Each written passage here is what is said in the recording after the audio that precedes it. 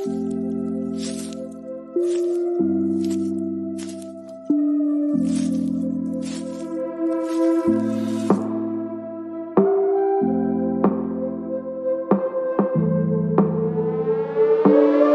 name is Cassy Summers. Welcome to the Curious Universe podcast.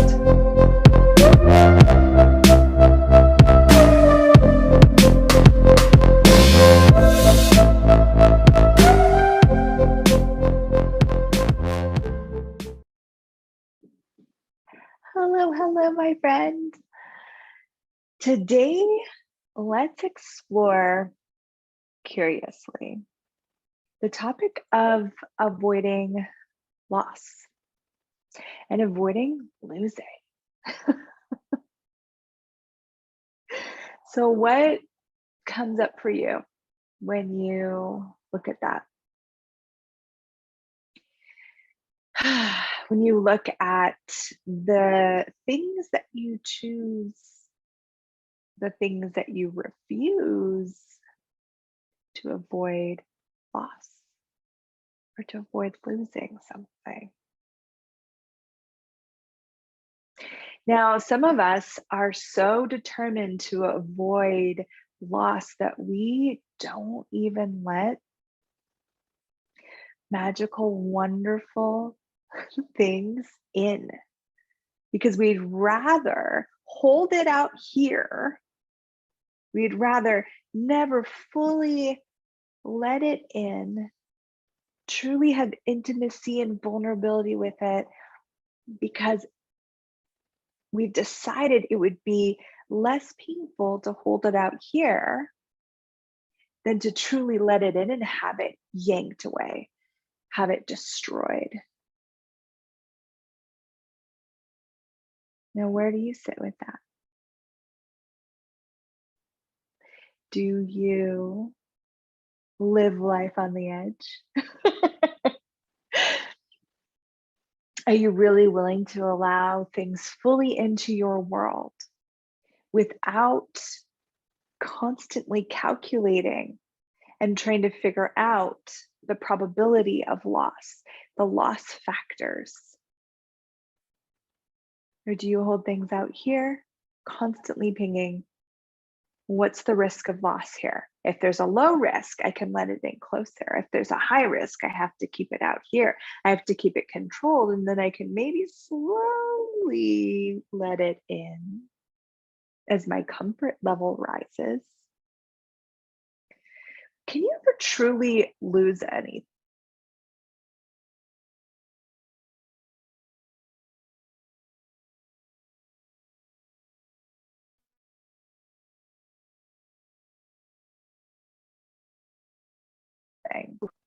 So even a relationship, the relationship might change. It might transform. It might become something different. But do you lose the gift, the awareness, the contribution it was? No, you never lose it. Even if you look at what occurs with a body. When a body dies, it decomposes, it transforms into something different. You don't actually lose it. The way you interact with it just changes. Now, I know conceptually this sounds all fine and dandy, but then it comes into your real life. When you're in your real life now, and you have something that's precious to you, something that's valuable, or something that has the possibility of becoming that, do you do everything you can to avoid losing it? Now, what would happen if you let it in? I love the question, if you had 10 seconds to live the rest of your life, what would it be? You had 10 seconds to live the rest of your life, what would it be? And would you spend those 10 seconds avoiding losing? Or would you just fucking embrace everything that's available to you? Truth. What would you choose? You have 10 seconds to live the rest of your life. There's this song, I just love it, and I've completely forgotten the name of it. But one of the lyrics of the song is, if the world was ending, you'd come over, right? Would you just love me for the hell of it? All our fears would be irrelevant. So if you had 10 seconds to live the rest of your life, would your fears be irrelevant? Would your fear of loss and losing be irrelevant? Now, if you started to live your life that way, wow, what would that be like for you? When your fears would be irrelevant, your avoidance of losing would be irrelevant. Because at some point, everything will transform, everything will change. That's actually the gift and the beauty of living, not sameness, not having everything solid and stable and never changing. Come on, you'd get bored, wouldn't you? If there was only one season and the earth had one season, wouldn't that be boring? How spectacular is it that we get to move through seasons of life, of living, that our relationships get to have seasons, our friendships, our body gets to evolve and change. And how much more joy and ease could you have with that if you gave up avoidance, if you gave up avoiding everything that you have decided links to loss or probability of loss or probability of losing? Now, here's the thing, just because you've decided there's a probability of loss doesn't actually even mean that there will be loss. But once you have concluded that, decided that, you've put that into your future. Ding! That's how powerful you are. So what are you putting into your future? If you're avoiding losing someone or something, somewhere you've already decided that it's probable that you will, or you wouldn't avoid it. Like right now, I'm not avoiding rain because I'm inside. I don't have to avoid rain. I'm inside. If it rains, it won't get on me, right? But if you're avoiding something, you've already decided that there is a probability that it's going to occur. So if you're trying to avoid running out of money this month, you've already energetically decided and solidified that you probably will run out of money this month. And you energetically feed that probability into a solidity, which becomes your reality. Uh-oh. If you have already decided that your current lover will get tired of you, will cheat on you, will go away, you're feeding energy to that probability. You're creating it as a solidity, and you're creating it as your reality. Now imagine what it would be like to not be looking for the probability, to not be avoiding the loss, but be in a continuous question of, what can I create with this? What is possible to create with this person? What could I be and do and choose to create a different reality here?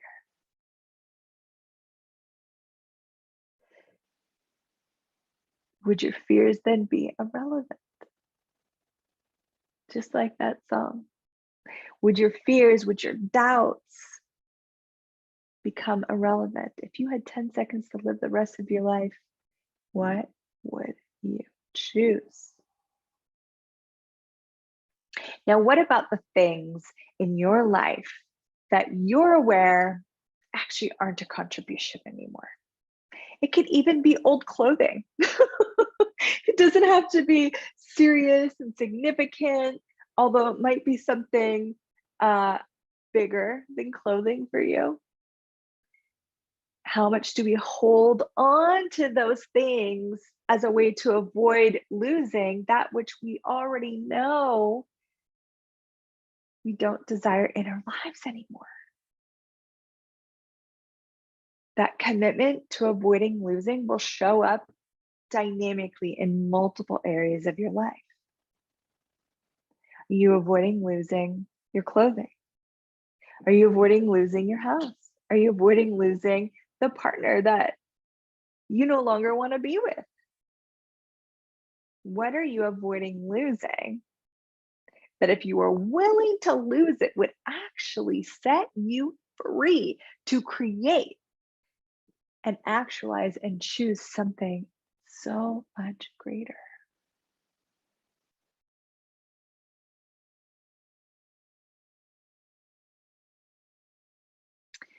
Yeah, do you sense that? That's energy moving, changing. New spaces opening up as you explore your own world here with me. Thank you for being here. Thank you for exploring. And where else are you avoiding losing, avoiding loss? And would you be willing to give it up a little bit today?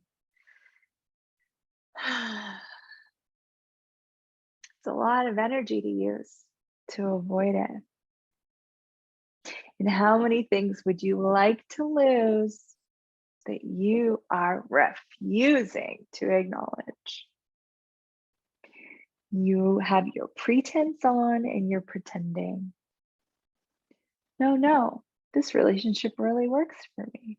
No, I love this job. No. all of these things that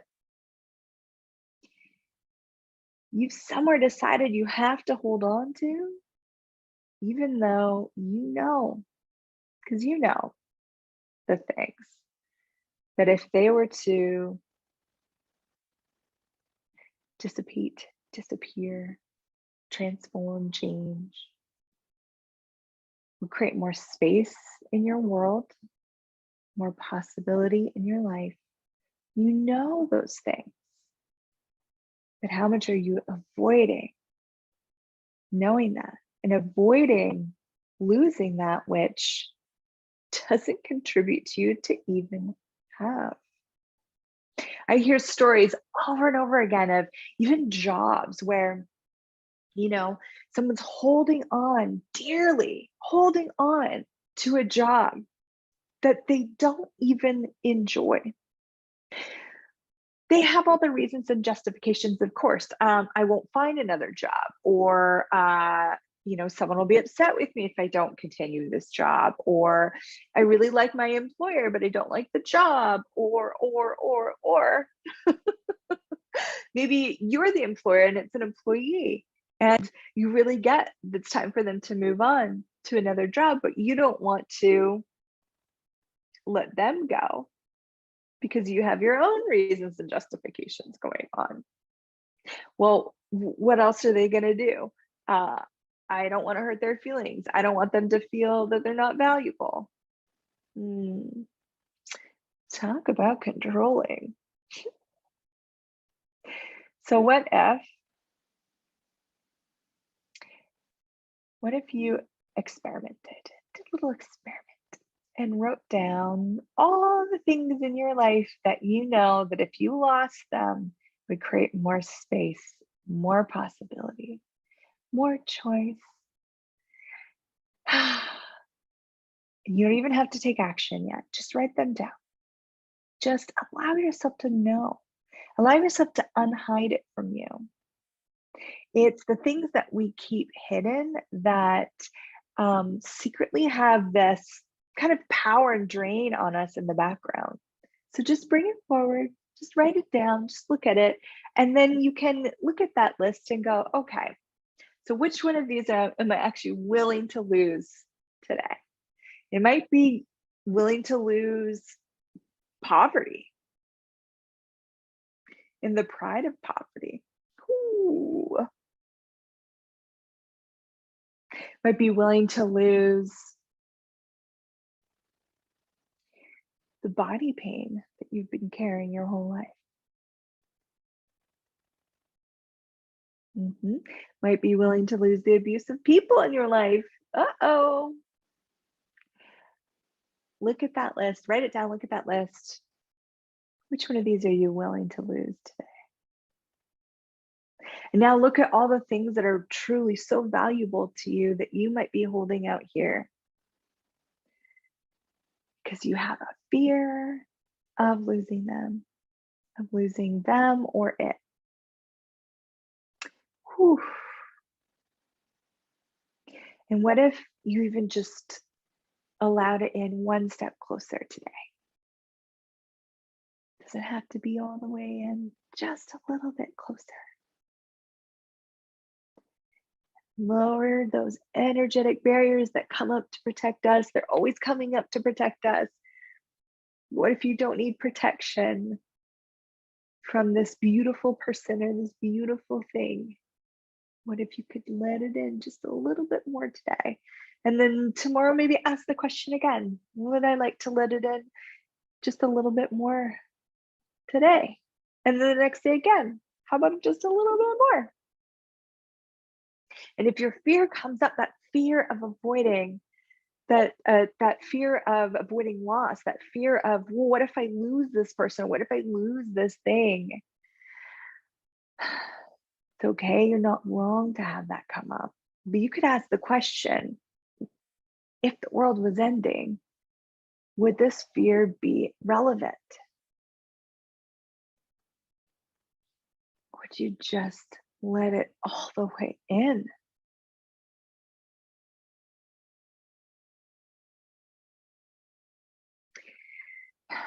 It might not kill you, you know. It might actually expand your space of being, might actually create a lot of joy for you. I wonder. Thank you for exploring this topic with me today. I do so enjoy these energetic journeys that we take. And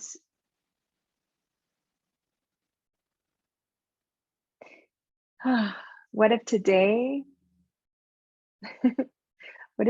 you could even let you in a little bit more? What if you're not going to lose you? What if you're going to gain everything?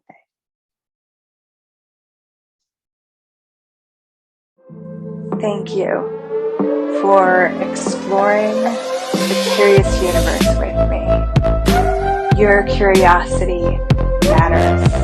And what if together we could create a greater, more curious world?